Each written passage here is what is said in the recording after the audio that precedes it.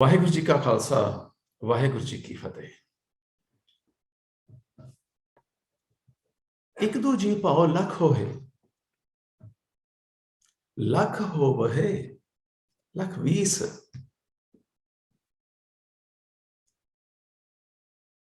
ਜਦੋਂ ਇਹ 15ਵੀਂ ਸਦੀ ਵਿੱਚ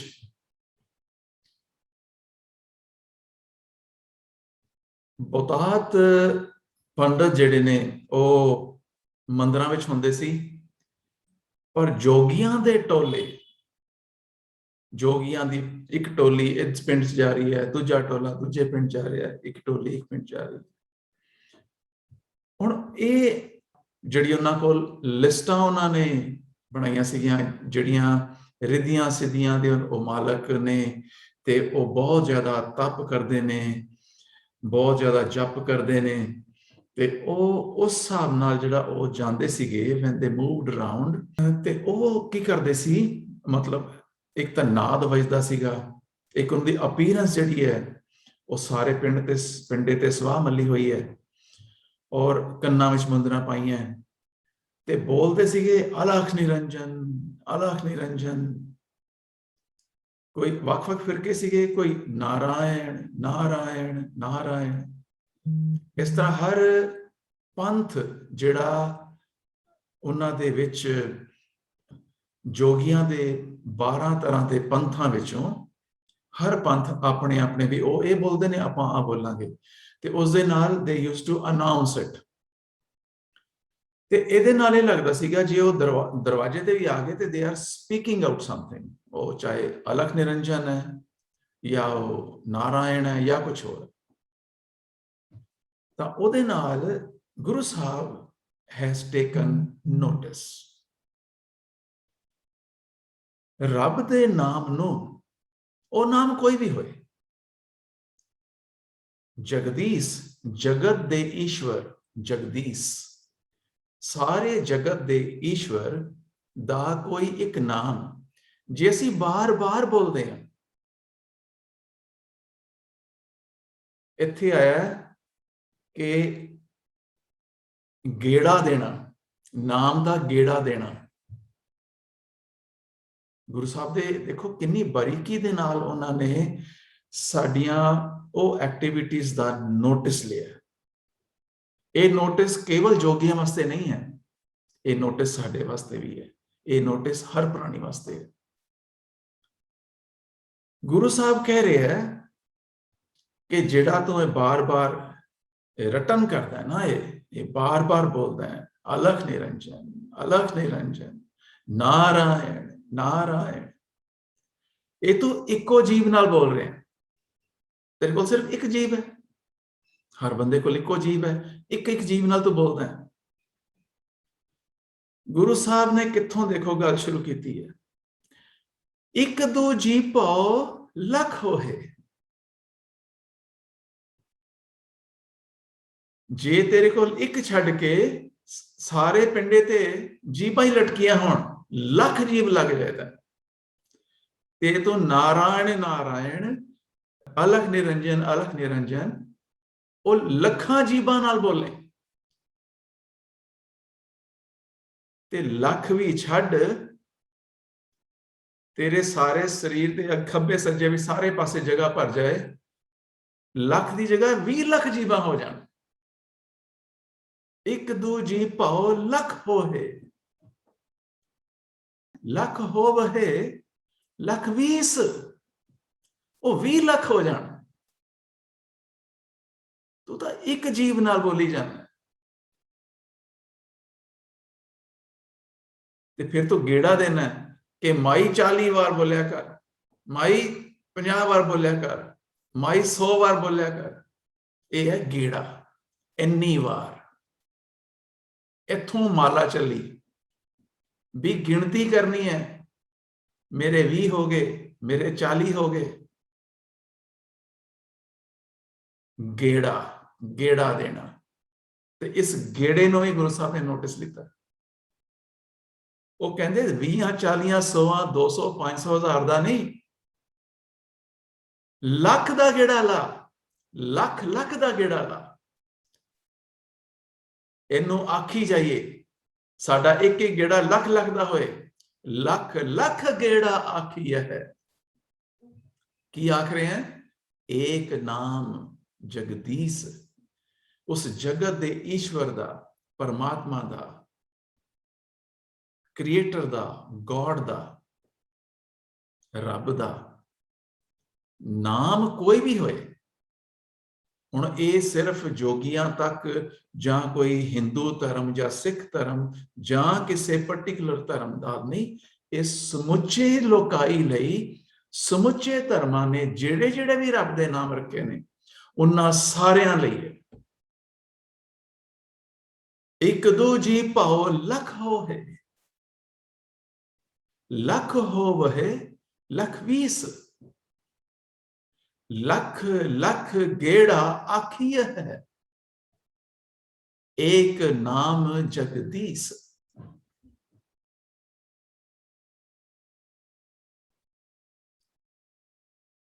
आ जड़ा तू राह है ना तेरा,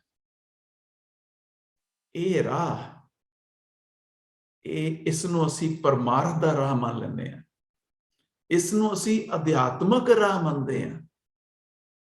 राह ए अध्यात्मक जो है, फिर गुरु साहब दसदे करना की चाहिए। ए तराहे पत पवड़िया, पौड़ी पौड़ी पौड़ी ते पै जाता,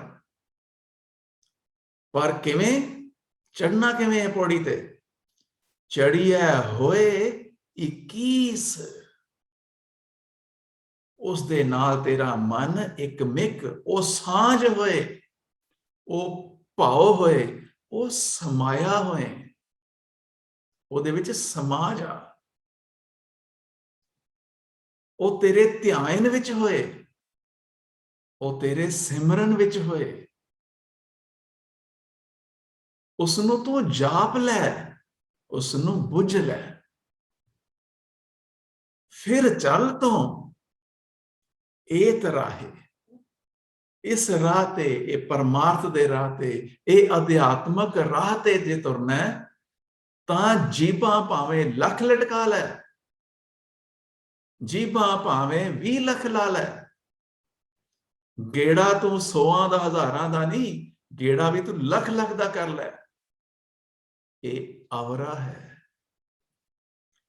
ए तराहे, ये अध्यात्मक राह है, ये परमार्थ राह है, ए तराहे पत चढ़ जा, पै जा, पवड़िया,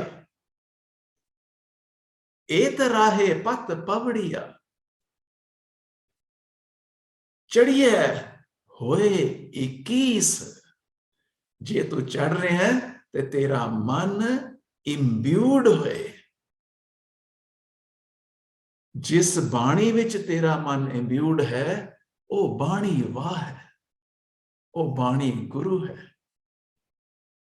उस बाणी दे राही उस दे नाम, उसदे नाम, उसदी होंद, उसनों इन्ना टका लै कि तेरे ध्यान विच पक्का समा जाए, नाम ध्यान हो जाए, नाम उसदी होंद है, उसदी होंद नूं याद करना, उसदे नाम नूं सिमरन करना है, उसदे नाम नूं बुझना, उसदे नाम नूं जापना है, उसदे नाम नूं जपना है। इयों 21 होना है, चढ़िए होए 21, ए साडी गत दा उपर जाना है,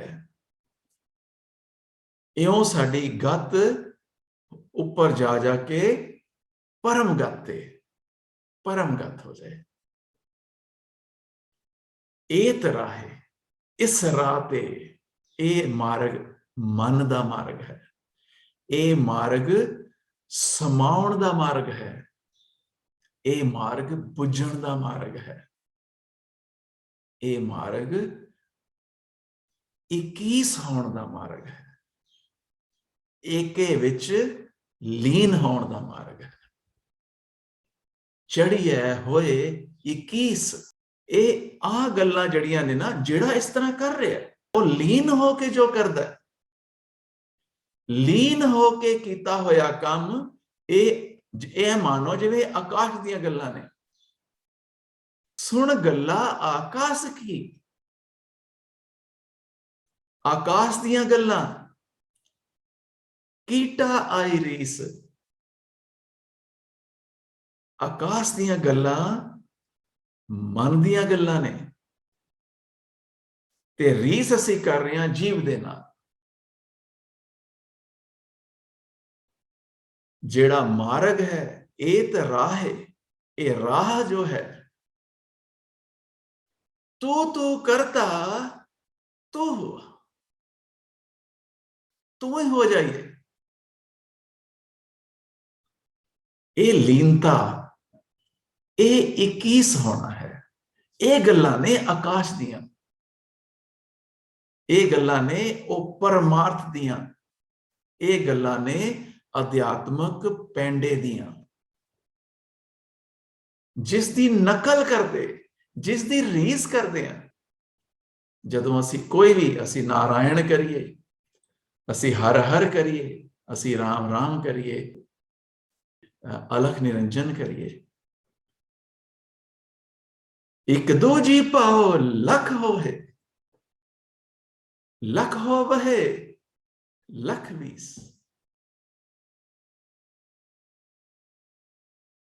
लख लख गेड़ा आखिया है, एक नाम जगदीश। एतरा है पत पवड़िया, चढ़िया होए 21।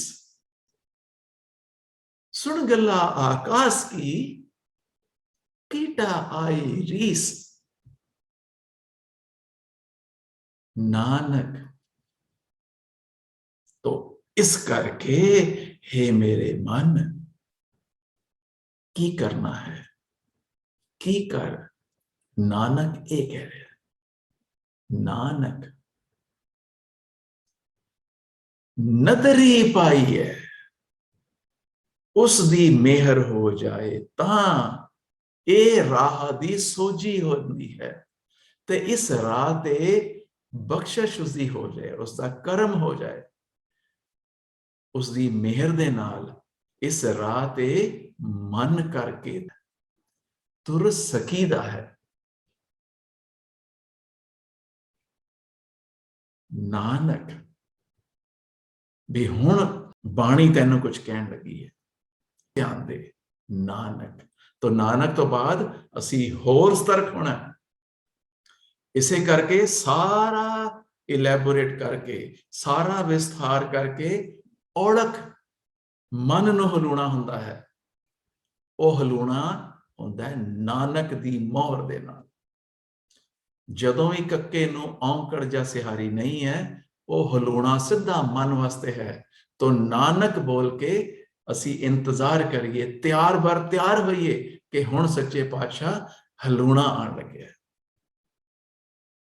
नदरी पाई है, ये पाया जा सकता है, ये पौड़ियां ते चढ़िया जा सकता है, पर इहदे लई उसदी मेहर,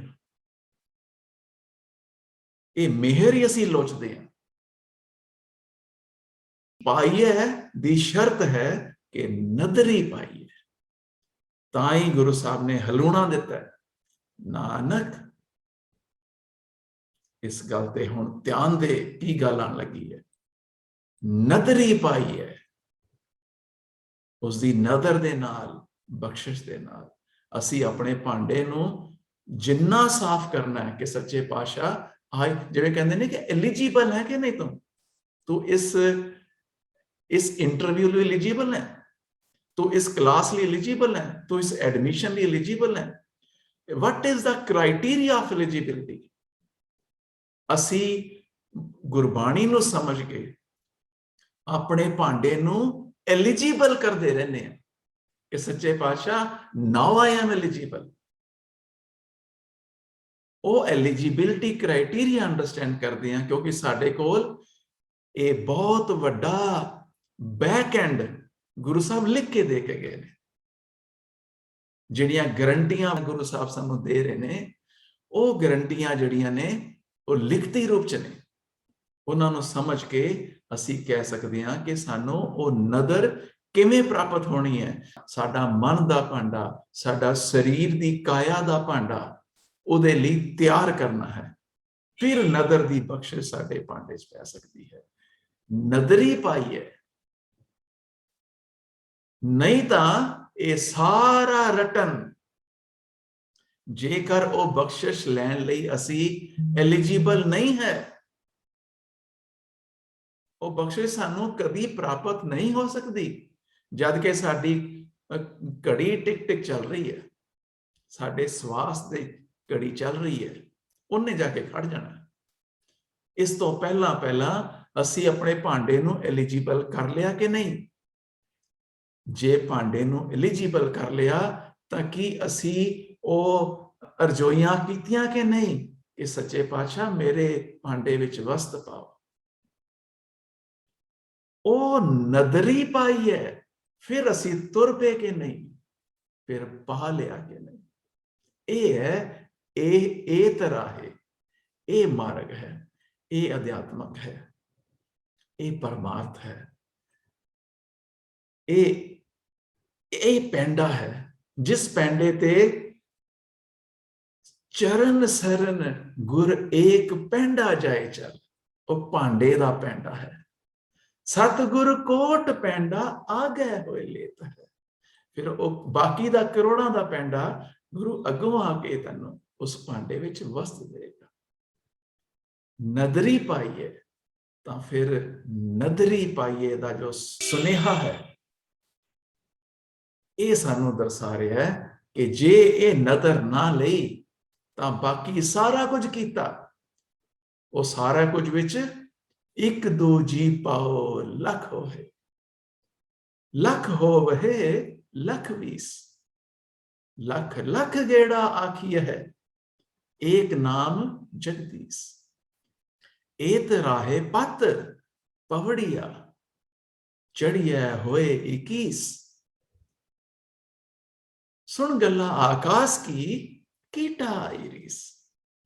नानक नदरी पाई है, कूड़ी कूड़ा, ओ कूड़ा पता की क्या था? मन दे जुड़न तो बिना, बुझण तो बिना, कूड़े दी कूड़ी एक कार्रवाई है। कूड़ी कूड़ा ठीस, ठीस कूड़ी है और किदे वालों कीती जा रही है? कूड़ा, एक कूड़ा दी। तो ये इन्नी ज्यादा इस गल नूं, इसकी सीरियसनेस है दे पिछे जिहड़ी गल पल्ले बनन वाली है, जिस अनुसार चलण वाला है। नहीं तां औड़क जाके पता लगे कि मैं की करदा रहा, की करदा रहा। गुरु साहब doesn't mince words, writing on the wall. कूड़ी कूड़ा ठीस।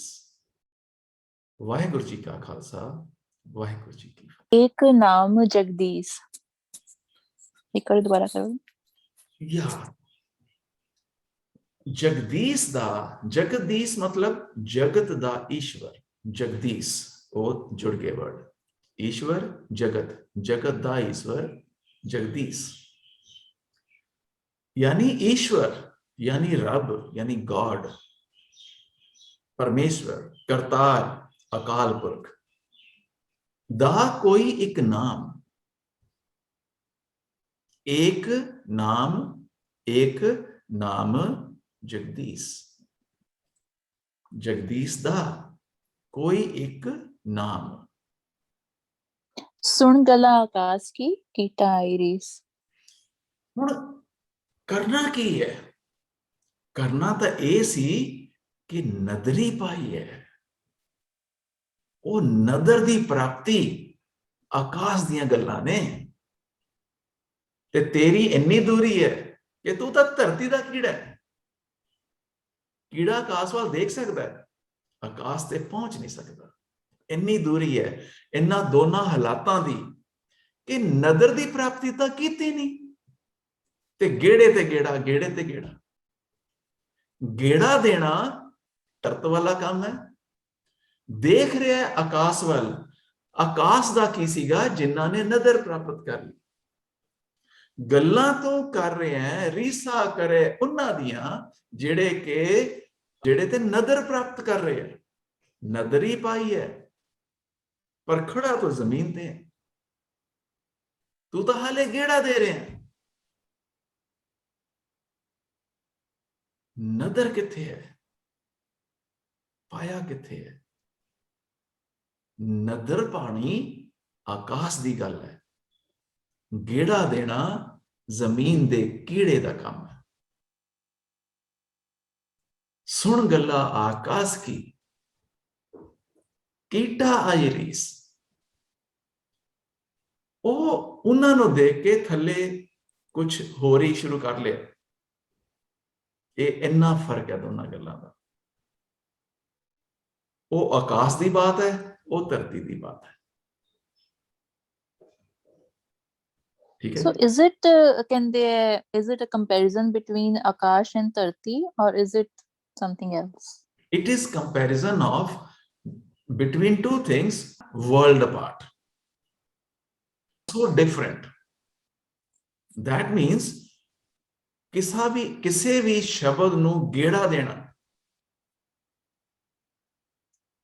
is one thing, ਔਰ ਮਨ ਵਿੱਚ ਲੀਨਤਾ ਸਮਾਉਣਾ is another thing. ਜੇ ਇੱਕ ਆਕਾਸ਼ ਹੈ ਤਾਂ ਦੂਸਰਾ ਤਰਤ ਹੈ। It is a comparison. It is to make two things world apart. This ਦਾ ਕੀ ਮਤਲਬ ਹੁੰਦਾ ਹੈ? His ਥੀਸ ਨਾਨਕ ਨਦਰੀ ਪਾਈ ਹੈ ਕੂੜੀ ਕੂੜਾ ਠੀਸ। what is these? his is ਕੇਵਲ effort. ਓਕੇ ਹਾਂਜੀ। ਵਾਹਿਗੁਰੂ ਜੀ ਕਾ ਖਾਲਸਾ, ਵਾਹਿਗੁਰੂ ਜੀ ਵਾਹਿਗੁਰੂ ਜੀ ਕੀ ਫਤਿਹ।